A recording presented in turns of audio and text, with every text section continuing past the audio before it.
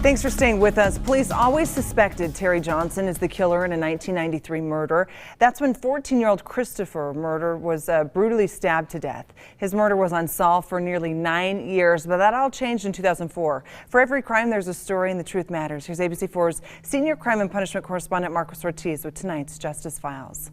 In 2002, a cold case detective was closing in on Christopher Mosier's killer.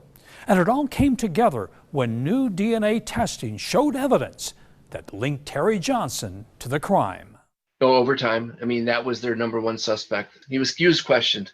They just didn't have, enough evidence. In late 1993, Terry Johnson arrives at the Mosier apartment in Taylorsville to pick up his baby. After he leaves, the babysitter, 14-year-old Christopher Mosier, is found dead. He's stabbed repeatedly. He just kept stabbing my son over 20 times. This was not just murder, this was torture. Christopher's father, Scott Mosier, relives that night at Johnson's recent parole hearing. Johnson's there as well. After 17 years in prison, he's now eligible for parole and offers his version of events. I'm going to go and pick up my son and head over to my friend's house. But I went and picked up Terry, and I left the house. And he says Mosier's alive when he leaves. The teen's found by his mother, who returns from her job after Christopher doesn't pick up her repeated calls.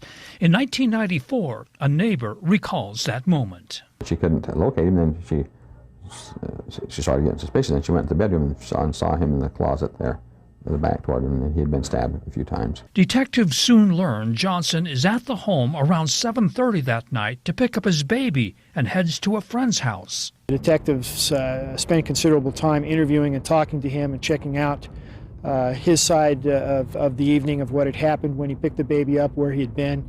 And they are satisfied, at least at this point, that that's an unrelated issue. Years later, that friend testifies in court on the visit by Johnson and the baby. He says Johnson wasn't angry, he wasn't shaky, he wasn't nervous. He says they drank brandy and smoked crack cocaine, then called Johnson's wife to come and get the baby.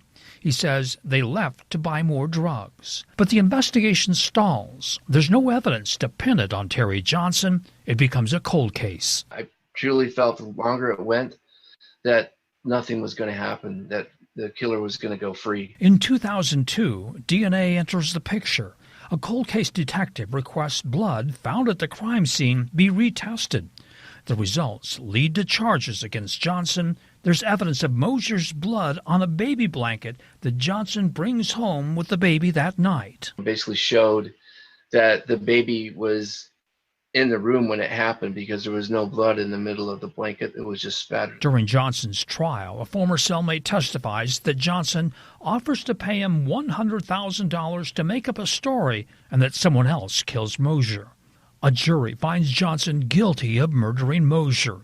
11 years after his murder, the family gets justice. Or do they? I'm not going to sit here and lie to you and confess to something that I did not do. This is awful. But this wasn't the end of it. Johnson and his attorneys challenged the DNA. Is Johnson the real killer? The story continues tomorrow. For the Justice Files, Marcos Ortiz, ABC4 News.